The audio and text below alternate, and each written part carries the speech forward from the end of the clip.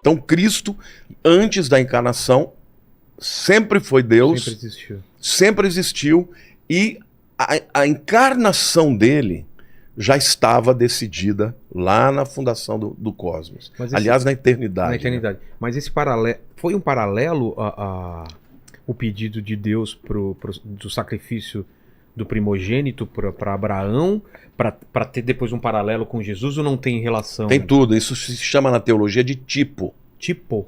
Tipo. Você tem o tipo e o antítipo. Então, Isaac é um tipo de Cristo. É.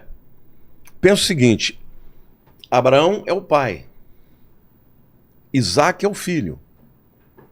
Deus chega para Abraão e fala: ó, você vai caminhar 3 dias, ele morava em Beersheba, vai caminhar 3 dias até o Monte Moriá e você vai entregar Isaac como sacrifício para mim. O filho que eu quero que você prove que você me ama mais do que seu filho.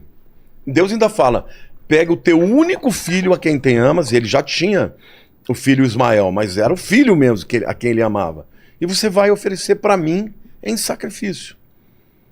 Naquela hora, Isaac morreu no coração de Abraão. Por quê? Porque todos os povos pediam sacrifício de filhos. Ah, é? Todos os deuses daquela época faziam isso. Caramba. Você nunca ouviu falar do deus Moloque, por exemplo? Não. Que ofereciam as crianças para ele e eles queimavam as crianças em oferenda para o deus Moloque. Era muito comum dos deuses daquela época receber oferendas de filhos.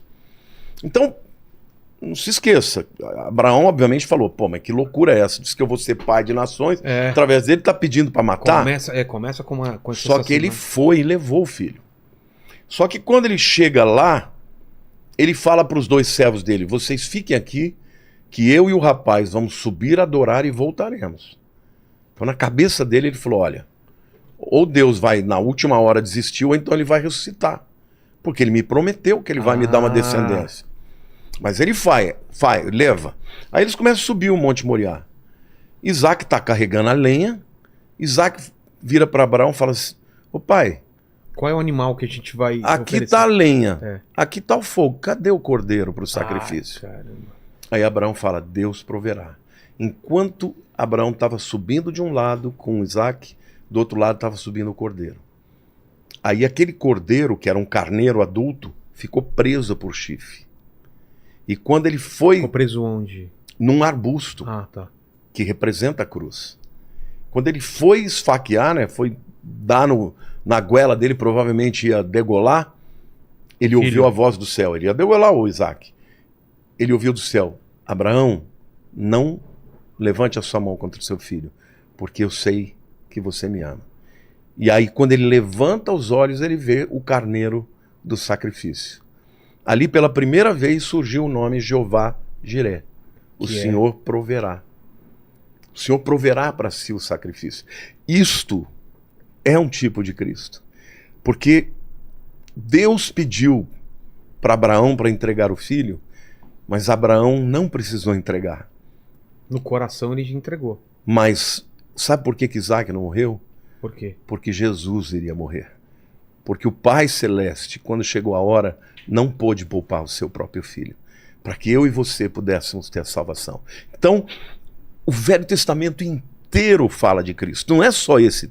Tem muitos. São os tipos, são pessoas, são personagens, são os animais. Todos os animais sacrificados, eles apontavam para Jesus. Quando João Batista vê Jesus passando, ele diz para os discípulos dele: eis aí o Cordeiro de Deus que tira o pecado do mundo. Ele já sabia que Jesus era o Cordeiro que ia morrer. Caramba. Você está entendendo? Então, tudo, por exemplo, quando João fala: e o verbo habitou entre nós, cheio de graça e verdade, no grego ali a palavra é eskenou, significa tabernaculou. Ele usa a palavra para tabernáculo, porque o tabernáculo do Velho Testamento era uma representação de Cristo. Então, na verdade, tudo que está no Velho Testamento aponta para Jesus. Jesus disse certa vez: examinais as Escrituras. Chegaram a numerar quantas? Já tem algumas pessoas que numeraram. São milhares de tipos, entre profecias, entre tipos, entre pessoas, entre, vamos dizer assim, objetos, né? São muitas coisas. Sinais. Jesus falou assim, olha, examinai as Escrituras, porque julgais ter nelas vida eterna. Elas testificam de mim. Jesus está falando do Velho Testamento. Ele está dizendo, tudo aquilo falou de mim, apontou para mim. Quando o homem cai, a primeira profecia que foi feita sobre o Messias está em Gênesis 3,15. Deus fala para a serpente, olha, eu vou pôr inimizade entre você e a mulher. A mulher é aquela que vai gerar o Messias, né? Sim. O descendente da mulher vai te pisar a cabeça. Mas o teu descendente vai morder o calcanhar dela. O que quer dizer isso? Vai matar na cruz. Como é que a cobra mata uma pessoa? Ela morde aonde? Calcanhar. As partes E o que acontece quando uma pessoa é inoculada de veneno? Ela morre. Sim. O que a profecia ali está dizendo? Você, o teu descendente, vai matar o descendente dela. Só que ele vai pisar a tua cabeça. Como é que alguém mata uma víbora? Pisando a cabeça. Por quê? Porque Jesus morreu, mas ele ressuscitou. E ali o diabo foi derrotado. Então, o Velho Testamento, ele aponta para Jesus. Ele aponta para quem Jesus seria. E quando Jesus nasceu, ele veio cumprir as profecias. Né? Isaías, por exemplo, que é o profeta que mais... Olha, eu fico arrepiado. Quando eu começo a falar de Jesus, eu me arrepio. Porque é extraordinário. Diz assim, o mundo que andava em trevas viu a sua luz. E os habitantes da sombra da morte resplandeceu-lhes a luz. Jesus veio na plenitude dos tempos, no meio de uma terra de gentios, de pagãos. A Galileia dos gentios. E ali ele manifestou o amor de Deus de uma forma extraordinária. Ele foi um homem de vanguarda, ele foi diferente da lei daquela época. Ele era um cara que não foi aceito porque ele era uma pessoa que amava as pessoas.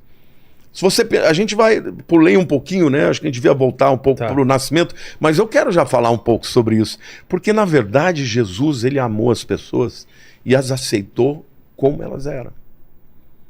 Jesus tocou num leproso, quando a lei dizia que ninguém podia tocar no leproso, porque ia ficar impuro.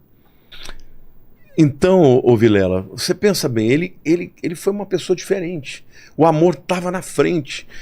Por que as pessoas não podiam tocar no leproso? Porque a lepra mata. Era contagiosa, né? Como é que você vai impedir que a lepra dissemine? Separando o leproso. Dá para entender, não está errado. Claro. Só que ele tinha poder para curar a lepra. Então ele curou o leproso. Certa vez ele estava lá no Sermão do Monte pregando, ele desce o monte, lá embaixo tinha um leproso. O leproso estava esperando por ele. E o leproso vira para ele e fala, Senhor, se tu quiseres, tu podes me curar. Ele não tinha dúvida que Jesus podia curar, ele só tinha dúvida se Jesus queria curar.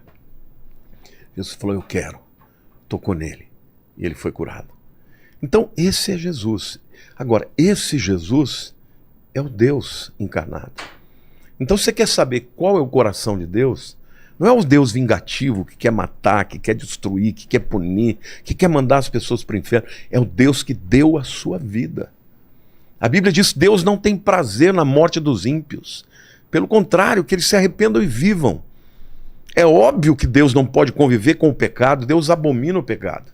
Mas ele ama o pecador.